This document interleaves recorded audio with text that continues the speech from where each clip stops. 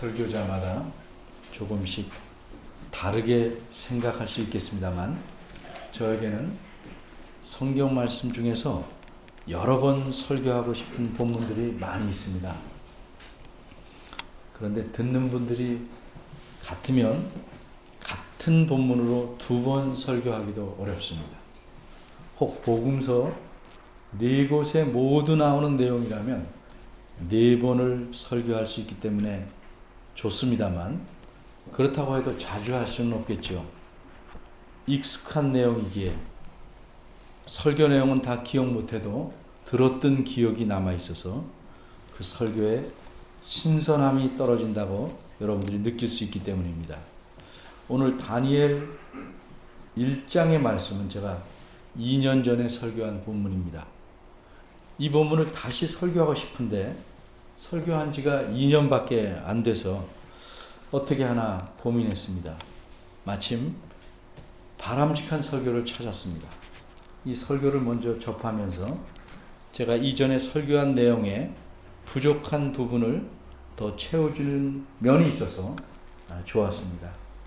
오늘 설교자는 라이언 페이버라는 목사님이신데, 미국 아이오와 주에 있는 페이스 크리스천 개혁교회 목사님이십니다.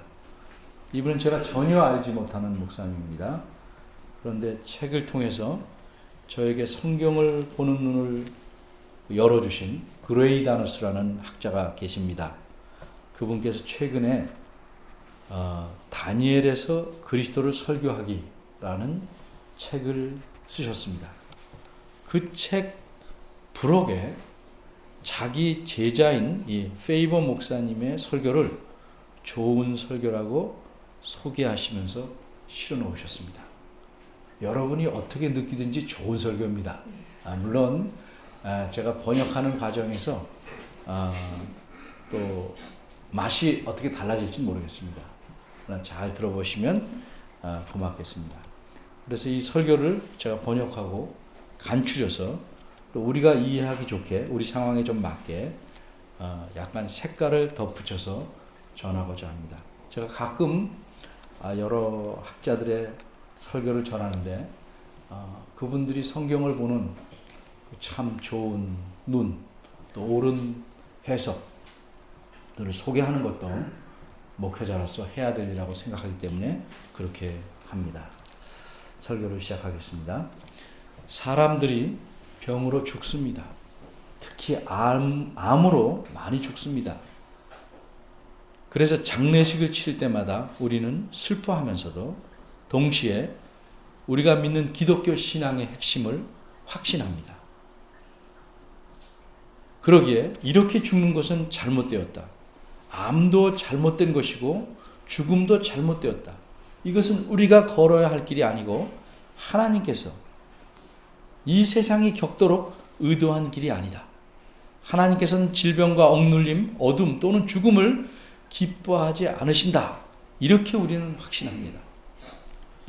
그런데도 이것들이 있는 까닭은 무엇인가?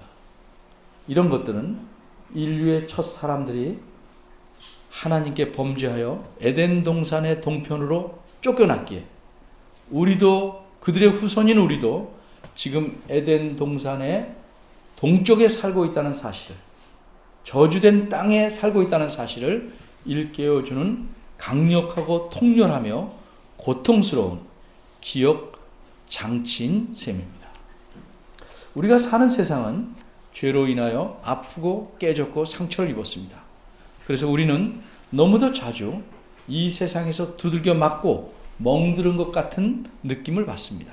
이곳 우리가 낙원인 에덴 동산에서 추방되어 살고 있는 에덴의 동쪽에서 우리의 삶은 고통으로 얼룩져 있습니다. 그리고 우리는 심각한 고통 속에서 자녀들을 출산합니다. 고통스러운 수고를 통해서 우리는 땅의 소산들을 먹습니다. 우리가 그 낙원으로 되돌아갈 때까지는 우리는 흙으로 되돌아갈 것입니다. 이런 상황에서 우리는 어떻게 하나님을 신실하게 믿을 수 있겠습니까? 또한 이런 세상에서 우리가 어떻게 소망을 계속해서 붙잡고 있을 수 있겠습니까? 그러나 이런 질문은 단지 우리만 가지고 있던 질문이 아닙니다. 이것은 또한 이 다니엘의 기록자가 염두에 두고 기록한 옛날 이스라엘 백성들이 가졌던 질문입니다. 그들도 우리처럼 쫓겨나서 포로 생활을 하였습니다. 하나님께서 계신 장소, 즉 하나님께서 그들의 조상들에게 오래전에 약속하시고 주신 땅에서 쫓겨났습니다. 그래서 어떤 결과가 생겼습니까? 무엇보다도 바벨론 군대는 가장 유망한 젊은이들을 데려갔습니다. 이렇게 끌려간 젊은이들은 이스라엘 자손 중에서 왕족과 귀족이었습니다. 그들은 흠이 없고 아름다우며 모든 재주를 통달하고 지식이 구비하며 학문에 익숙하여 왕궁에 모실 만한 인재들이었습니다.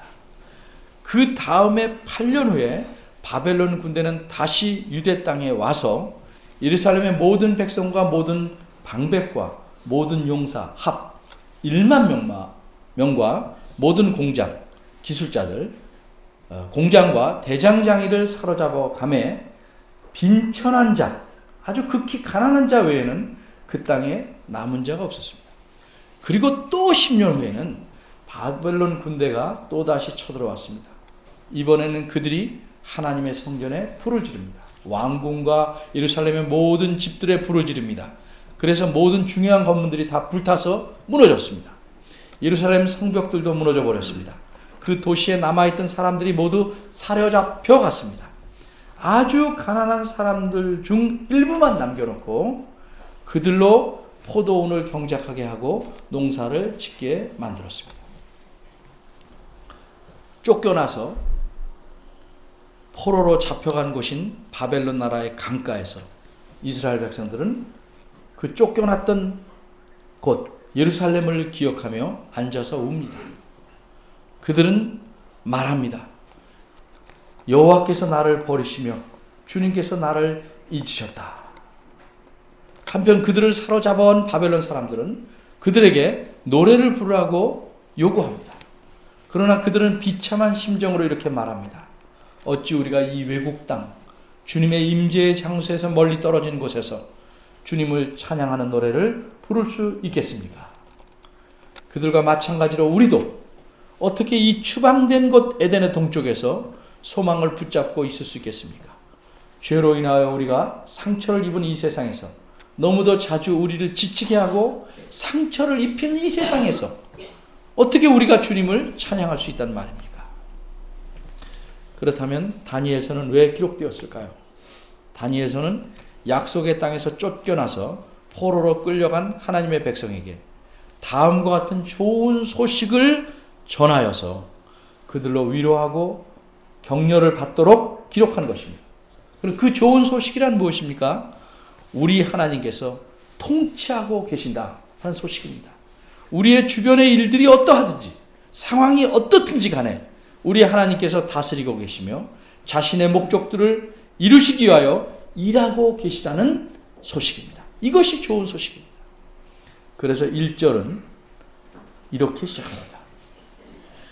유다 왕 여호야김이 위에 있은 지 3년에 바벨론 왕 느부갓네살이 예루살렘에 이르러 그것을 에워쌌더니 주께서 유다 왕 여호야김과 하나님의 전 기구 얼마를 그의 손에 붙이시며 그가 그것을 가지고 신할 땅 자기 신의 묘에 이르러 그 신의 보고에 두었더라. 보물 창고에 두었더라. 얼른 보면 이스라엘의 하나님께서 패배하신 듯이 보입니다. 바벨론 왕이 하나님의 성전을 파괴하고 그 안의 보물들을 약탈해 갔습니다. 이 사건은 마치 느부갓네살과 그의 신들이 이스라엘과 그 하나님에 대해 승리하였다는 것을 알려주는 신호처럼 보입니다.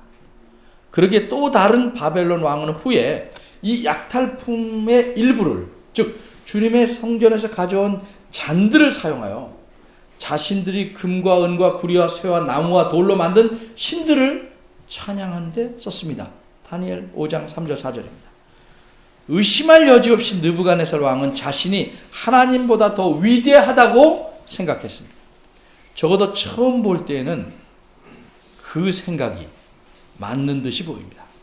그래서 현대 역사학자들은 아마 이렇게 말할 것입니다. 유다 나라가 멸망한 이유는 지구상에서 가장 강력했던 나라의 힘에 눌렸기 때문이라고 말할 것입니다. 또 아마 바벨론 나라의 제사장도 다음과 같이 말할 것입니다. 유다가 망한 이유는 다름이 아니라 우리 바벨론의 막강한 신들이 이스라엘의 하나님을 제압했기 때문이라고 말할 것입니다. 그러나 여러분, 성경의 기록자가 2절에서 말씀하신 것을 주목해 보십시오. 무엇이라고 말씀했습니까? 주께서 유다 왕 여호야김을 그의 손에, 느부갓네살의 손에 붙이시매라고 말씀했습니다. 이렇듯 유다 나라에 살던 이스라엘 백성이 바벨론으로 사로잡혀 간 것도 하나님의 통제 안에 있었고 하나님의 능력 아래 있었습니다. 그것은 세상을 향한 하나님의 섭리적 계획의 일부였습니다. 바벨론 왕은 하나님의 백성에 대해서는 아무런 힘이 없습니다. 하나님께서 위로부터 주시는 것이 아니라면 그 누구도 하나님의 백성에 대해서 어떤 권위나 능력을 행할 수 없습니다. 심지어 나쁜 일이 거대하고 강하게 보일지라도, 설사 우리가 바벨론에 사로잡혀가 있다 할지라도, 우리가 또 다른 뼈아픈 쓰라림을 경험할 때에도, 우리가 배신을 당해 정신이 없고 재앙과 질병과 사기 저하로 인해 황폐해질 때에도, 우리가 남용되고 버림을 당할 때에도, 심지어 이 잘못된 모든 것들이 크고 강할 때에도 하나님은 여전히 세상의 통치자이십니다. 2절은 우리에게 이렇게 말씀합니다. 주님께서 유다왕 여호야김과 하나님의 전 기구 얼마를 그의 손에 붙이심에 그가 그것을 가지고 신할 땅 자기 신의 신전에 두었다.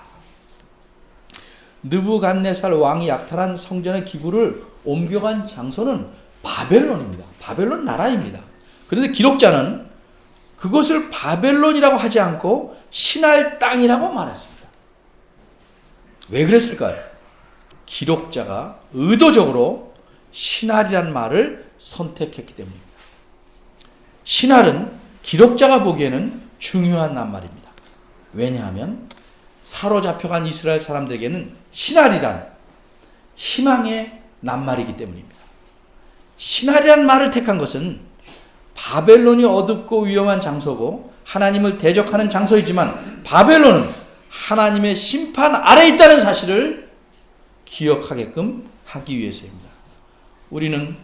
여러분은 다음과 같은 이야기를 기억하고 계실 겁니다. 노아 홍수 이후에 온 세상 사람들이 한 언어를 쓰고 발음도 같았습니다. 땅의 모든 민족들이 함께 동쪽으로 이동했습니다.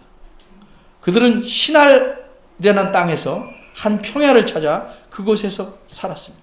창세기 11장에 나오는 내용입니다. 그리고 그들은 한 성을 짓고 그 탑의 꼭대기가 하늘까지 닿는 탑을 세우며 그런 탑을 가진 성을 지었습니다. 이렇게 하는 까닭은 그들의 이름이 위대해지고 그들이 온 세상에 흩어지지 않으려 했기 때문입니다. 그러나 하나님께서 내려오셔서 그들의 언어를 혼돈케 하시고 그들을 온 땅의 지면 위에 흩으셨습니다. 이렇게 그들은 신할에서 하나님의 심판을 받았습니다. 그러기에 이렇게 바벨론이라고 쓰지 않고 신할이라고 의도적으로 언급한 것은 이스라엘 백성에게요. 옛날에 하나님께서 신할에서 행한 심판을 생각나게 하려는 것입니다. 하나님께서 이전에 신할, 즉 바벨론을, 그곳에 세워진 나라 바벨론을 심판하여 낮추셨던 것처럼 하나님께서는 다시 바벨론을 심판하실 수 있고 반드시 그렇게 다시 하실 것이라는 사실을 확신시켜주는 것입니다. 바벨론 강가에 앉아서 이스라엘 백성들은 울었습니다. 시편 137편에 보면 나옵니다.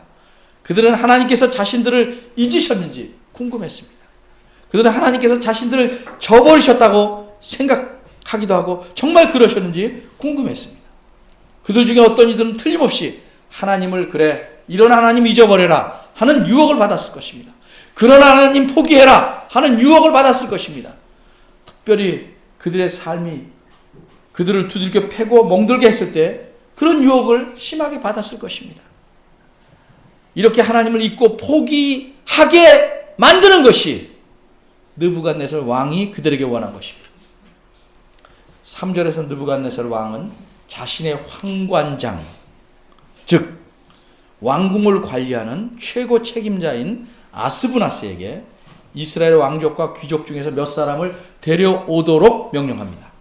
그리고 아스부나스는 그 이스라엘 젊은이들에게 바벨론의 언어와 학문을 가르치도록 합니다. 그래서 이 젊은이들은 3년 동안 훈련을 받고 그 후에는 느부갓네살 왕을 섬기는 일에 들어가도록 되어 있었습니다. 데려온 자들 가운데는 다니엘, 하나냐, 미사엘, 아사랴가 있었는데 이 책임자는, 이 황관장은 그들에게 새로운 이름을 주었습니다. 다니엘에게는 벨드사살, 하나냐에는 사드락, 미사엘에게는 메삭, 아사랴에는 아벳느고라는 새 이름을 지어주었습니다. 3절에서 7절 내용이 나옵니다. 이렇게 잡아온 젊은이들은 왕족이었습니다. 그들은 만왕의 왕이시며 만주의 주님이신 하나님의 자녀들이었습니다. 그런데 느부갓네살 왕은 그들을 훈련시키길 원합니다. 하나님을 섬기기 위해서가 아니라 느부갓네살 왕 자신을 섬기게 하려고 훈련시킵니다. 이 이스라엘 청년들은 재교육을 받아야만 했고 어떤 이가 표현한 것처럼 다시 프로그램화 되어야 했습니다. 그들은 바벨론의 언어와 문학을 배워야 했습니다. 더 이상 아브라함과 이삭과 야곱의 하나님께 충성하지 못하도록 그들은 전적으로 그들의 외모나 행동에 있어서도 바벨론 사람이 철저하게 되어야만 했습니다. 그래서 느부갓네살의 환관장은 그들의 이름을 바꾼 것입니다. 그들의 새로운 이름은 그들이 새로운 충성, 특히 바벨론 신들에 대한 충성을 나타내는 의미를 지닌 이름들입니다. 다니엘이라는 그 히브리 이름은, 원래 이름은 하나님은 나의 심판자이시다 하는 뜻입니다. 그런데 다니엘에게는 벨드사살이라는 이름이 주어졌습니다. 이 뜻은 벨께서 그의 생명을 보호하소서라는 뜻입니다. 벨이란 바벨론 신들 중에 최고의 신인 말둑이라는 신이 있는데 이 신의 다른 이름입니다. 하나냐는 히브리 이름의 뜻은 주님께서 이제까지 은혜로우셨다 하는 뜻입니다. 그러나 하나냐는 사드락으로 이름이 바뀝니다. 사드락이라는 말은 아쿠의 명령이라는 뜻입니다. 아쿠는 누군가? 아쿠는 바벨론의 달신입니다. 바벨론 사람들이 섬기는 달신입니다. 미사엘의 이름의 뜻은 누가 감히 하나님 같은가 하는 뜻입니다. 그런데 메삭으로 바뀌었습니다. 메삭은 누가 감히 아쿠 같은가 하는 뜻입니다. 그리고 아사랴는 주님은 나를 돕는 자이시다 하는 뜻입니다. 그런데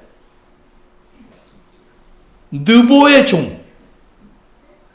종이라는 뜻을 가진 아벳느고로 바뀌었습니다. 느보는 바벨론 사람들이 섬기는 지혜와 농사의 신. 이렇게 바벨론 왕의 환관장은 다니엘과 그 친구들에게 새로운 이름을 주었습니다. 바벨론의 신들에게 새롭게 충성하라는 의미로 새로운 이름을 준 것입니다. 그러나 다니엘은 자기 하나님이신 여호와께 여전히 신실했습니다. 다니엘이 자신에게 새 이름이 주어지자 어떻게 반응하였는지 아시겠습니까? 8절을 보겠습니다. 8절에서 우리가 보는 바대로 다니엘은 아주 단호하게 결심합니다. 굳은 결심을 합니다. 어떤 결심입니까?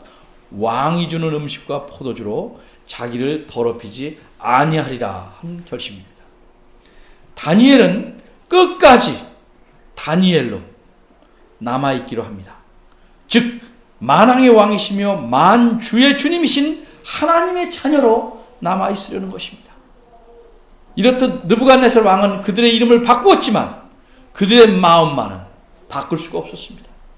그들은 이스라엘의 진정한 하나님께 여전히 신실하게 남아있었습니다. 이처럼 다니엘은 왕의 음식과 포도주로 자신을 더럽히지 않으려고 뜻을 정했습니다. 단호하게 결심한 것입니다. 어째서 느부갓네살 왕의 음식과 포도주가 다니엘을 더럽히는 것인지 우리로서는 아주 명백하게 알 수는 없습니다. 아마도 왕의 음식 중에 어떤 것은 유대인의 음식법이나 규례에 맞지 않는 동물의 고기일 수도 있습니다. 하나님께서 옛날 이스라엘 백성에게는 먹어서는 안 된다고 말한 짐승들이 있는데 그런 고기가 주어질 수도 있습니다.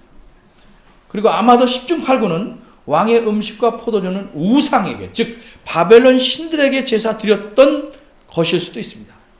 그렇게 제물로 드린 음식을 먹거나 그런 포도주를 마신다는 것은 옛날 사람들의 생각에는 그런 신들을 예배하는 것과 마찬가지일 수 있기 때문입니다. 사도 바울도 고린도 교인들에게 이런 의미로 말한 적이 있습니다. 제물을 먹는 자들은 그 제단에 참여하는 자들이 아니냐. 대저 이방인의 제사하는 것은 귀신에게 하는 것이요 하나님께 제사하는 것이 아니니 나는 너희가 귀신과 교제하는 자 되기를 원치 아니하노라. 너희가 주의 잔과 귀신의 잔을 겸하여 마시지 못하고 주의 상과 귀신의 상에 겸하여 차맺지 못하리라. 그러면 우리가 주를 노여하시게 하겠느냐? 우리가 주보다 강한 자냐? 고린도서 10장 18절, 20절, 22절입니다. 다니엘은 바벨론 왕이 정해준 음식과 포도주로 자신을 더럽히지 않으려고 결심합니다. 만일 이 일이 느부갓네살 왕을 화나게 한다고 할지라도 다니엘은 자신의 결심을 굽히지 않을 것입니다. 환관장은 다니엘이 왕의 음식과 포도를 거절하면 느부갓네살 왕이 틀림없이 분노할 것이라고 걱정합니다. 10절에서 환관장은 다니엘에게 이렇게 말합니다. 내가 내 주 왕을 두려워하노라. 정말 두려워할 만한가요? 그 다음 장을 보면 느부갓네살 왕이 다른 일로 화가 난 모습이 나옵니다. 왕이 이로 인하여 진노하고 통분하여 심히 분하여 바벨론 모든 박사들을 다 멸하라 명하니라. 다니엘 2장 12절입니다. 왜 이렇게 다 죽이라고 한 줄 아십니까? 자기 꿈을 해석하지 못했다. 감봉 정도가 아니고 다 죽여라. 이렇듯 느부갓네살 왕은 쉽게 분노하고 그 분노에서 내리는 벌이 매우 무섭습니다. 환관장이 말한 내용을 다시 봅시다. 10절입니다. 내가 내 주 왕을 두려워하노라. 그가 너희 먹을 것과 너희 마실 것을 지정하셨거늘 너희 얼굴이 초췌하여 동무소년들만 못한 것을 그러 보시게 할 것이 무엇이냐. 그렇게 되면 너희 까닭에 내 머리가 왕 앞에서 위태하게 되리라. 그럴지라도 다니엘은 단호합니다. 이미 뜻을 굳게 청하였습니다. 그는 왕의 음식과 포도주로 자신을 더럽히지 않으려고 결심합니다. 9절은 우리에게 이렇게 말합니다. 하나님의 은혜가 나타났습니다. 하나님께서 다니엘로 환관장에게 은혜와 긍휼을 얻게 하신지라. 그리고 또다시 하나님의 은혜로 환관장이 임명한 감독자가 이 다니엘이 말한 시험, 테스트에 동의합니다. 이 감독자는 다니엘과 그의 친구들에게 열흘 동안 오직 채식과 물만을 먹도록, 왕이 준 고기와 포도주 그런 음식들은 다 제해놓고 채식과 물만을 먹도록 허락합니다. 1장 12절입니다. 열흘의 시험기간이 끝나자 15절에서는 이렇게 말합니다. 열흘 후에 그들의 얼굴이 더욱 아름답고 살이 더욱 윤택하여 왕의 진미를 먹는 모든 소년들보다 나아 보인지라. 16절입니다. 그러므로 감독하는 자가 그들에게 분정된, 이렇게 정해진 진미, 기가 막힌 음식과 마실 포도주를 빼고 채식만을 주리라. 어떻게 됐습니까? 17절입니다. 이 네 소년에게 하나님께서 지식을 얻게 하시며 모든 학문과 재주와 명철하게 하신 것 외에 다니엘은 또 모든 이상과 몽조를 깨달아 알더라. 이 말씀을 드리니 여러분들 다른 어떤 인물이 생각나지 않습니까? 이게 탁탁 생각나야 하는데 안 나면 저처럼 이렇게 설명을 안 달아요. 그분들은 척척 생각이 나나 봐요. 네. 어떤 사람이 생각납니까? 그는 그의 조상들에게 오래전에 약속한 땅 하나님께서 임재하신 땅에서 멀리 끌려와 버린 젊은이였습니다. 누구겠습니까? 요셉입니다. 요셉처럼 다니엘도 아름다운 젊은이였습니다. 창세기 39장 6절에 나온 말이 다니엘 1장 4절에 나온 말. 그리고 그의 주인인 보디말에게 은혜를 입은 요셉처럼 다니엘도 그의 윗사람에게 은혜를 입었습니다. 창세기 39장 4절 말씀이 다니엘 1장 9절과 또 맞춰집니다. 그리고 요셉처럼 다니엘도 환상과 온갖 꿈들을 해석할 수 있었습니다. 창세기 40장 41장에 나오는 것이 다니엘 1장 17절에 한마디로 압축되어 있습니다. 이처럼 비교가 되는 요소들을 기록자가 언급한 것은 의도적입니다. 왜? 다니엘은 또 다른 의미에서 요셉이라는 사실을 알리기 위함입니다. 그러기에 다니엘도 이때를 위하여 바벨론으로 끌려오게 하나님께서 하신 것입니다. 이렇게 다니엘이 끌려왔다는 사실은 포로 생활하는 이스라엘 백성들에게는 또 다른 희망이 되는 것입니다. 아마도 하나님께서는 다니엘을 통해서 과거의 요셉을 통해서 이루셨던 것처럼 그 일을 다시 이루실 것입니다. 요셉이 끌려와서 어떤 결과가 이루어졌습니까? 그것을 아는 이스라엘 백성들에게는 다니엘을 끌려왔다는 사실이 위로와 소망이 되는 것입니다. 근데 그 일이 뭡니까? 많은 사람들의 생명을 구하시는 일입니다. 다니엘이 이렇게 끌려오지 않았다면 수많은 사람들이 포로되는 곳에서 죽었을 것입니다. 다니엘의 1장의 이야기가 끝나가면서 우리는 다니엘이 옛날의 요셉처럼 왕을 섬기는 일을 하게 되는 것을 보게 됩니다. 18절 이후를 보면 왕의 명한 바 그들을 불러들일 기한이 찼으므로 황관장이 그들을 데리고 느부갓네살 앞으로 들어갔더니 왕이 그들과 더불어 말하여 보매 무리 중에 다니엘과 하나냐와 미사엘과 아사랴와 같은 자 없었다고 말씀합니다. 여기서 우리가 놓치지 말고 주목해야 될 점은 기록자는 그들의 이름이 바뀌었음에도 불구하고 계속해서 그들의 원래 히브리 이름을 사용하고 표현하고 있다는 사실입니다. 결국 이들은 왕 앞에 서서 왕을 모시게 되었습니다. 그러나 이들이 이렇게 한 것은 신앙의 지조를, 절개를 버린 것이 아닙니다. 이들이 이렇게 느부갓네살 왕을 모시지만 그것은 위대하신 왕 중의 왕이시며 만주의 주이신 하나님의 종들로서 그렇게 하게 된 것입니다. 그리고 온 세상을 통치하시는 하나님께서는 이렇게 하심으로써 자신의 목적이 이루어지도록 하신 것입니다. 이 다니엘의 이야기가 끝에 이르게 되면 우리는 다니엘을 통해서 위대한 일들이 일어나게 될 것을 자꾸 기대하게 됩니다. 이런 기대를 갖게 하는 것이 기록자가 기록을 해가는 방식입니다. 기록자는 이스라엘 백성으로 하여금 심지어 추방되어 포로 생활을 하는 곳에서조차도 계속해서 하나님께 신실하도록 그리고 하나님께 소망을 가지라고 격려하는 것입니다.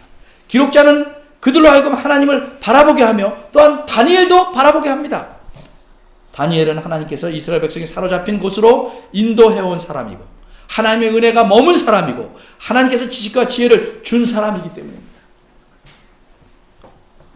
마찬가지로 기록자는 오늘날 우리에게도 낙원에서 쫓겨나는 우리 인간이 살고 있는 이 세상, 그래서 우리가 깨지고 상처 입은 이 세상, 바로 에덴의 동쪽에서 살고 있지만 여전히 하나님께 신실하며 소망을 갖도록 격려합니다.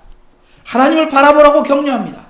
그리고 하나님께서 우리가 쫓겨난 이 세상으로 보내신 분을 바라보라고 격려합니다. 그분이 누구십니까? 그분은 하나님께서 십자가에서 우리와 우리 구원을 위해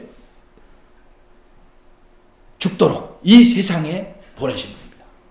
우리가 이 세상에서는 희망을 가질 이유가 없습니다. 딱 한 가지 외에는 아무것도 없습니다. 그 한 가지가 무엇입니까? 우리 하나님께서 세상을 통치하시며 자신의 목적을 이루어가고 계시다는 사실입니다.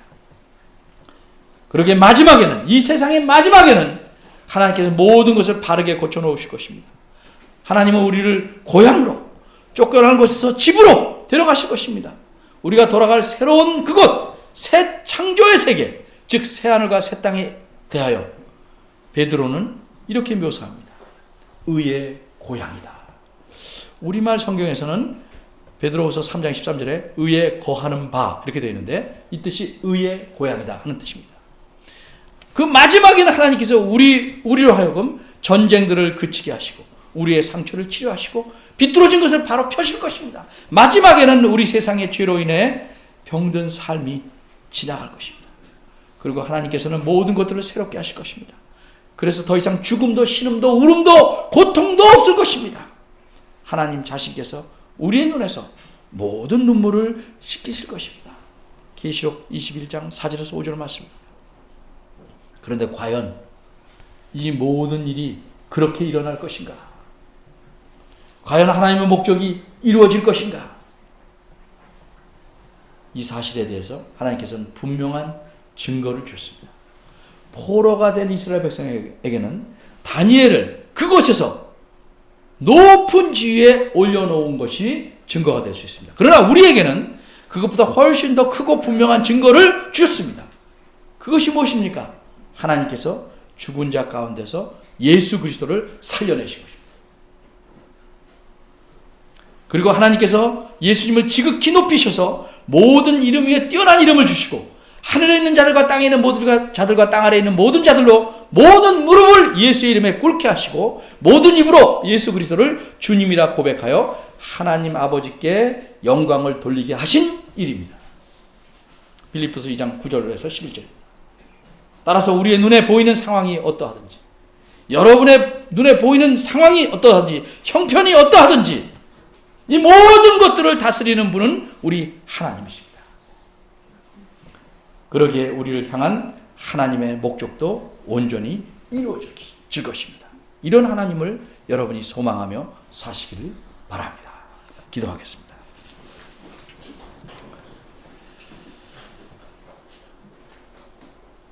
하나님 아버지, 우리의 눈은 늘 땅을 바라보고 있습니다. 고개를 들어 세상을 다스리는 하나님을 보게 하시옵소서. 내가 처한 상황이 어떠하든지 하나님께서 온 세상의 주인이시며 자신의 뜻을 이루기 위해 세상을 다스리시고 특별히 자신의 자녀들인 저희들을 장중에 붙드시고 인도해 가심을 믿게 하시고 그로 인해 모든 역경과 환난을 이기고 신실하게 하나님을 섬기고 살아가도록 저희들을 이끌어 주옵소서. 예수님의 이름으로 기도합니다. 아멘.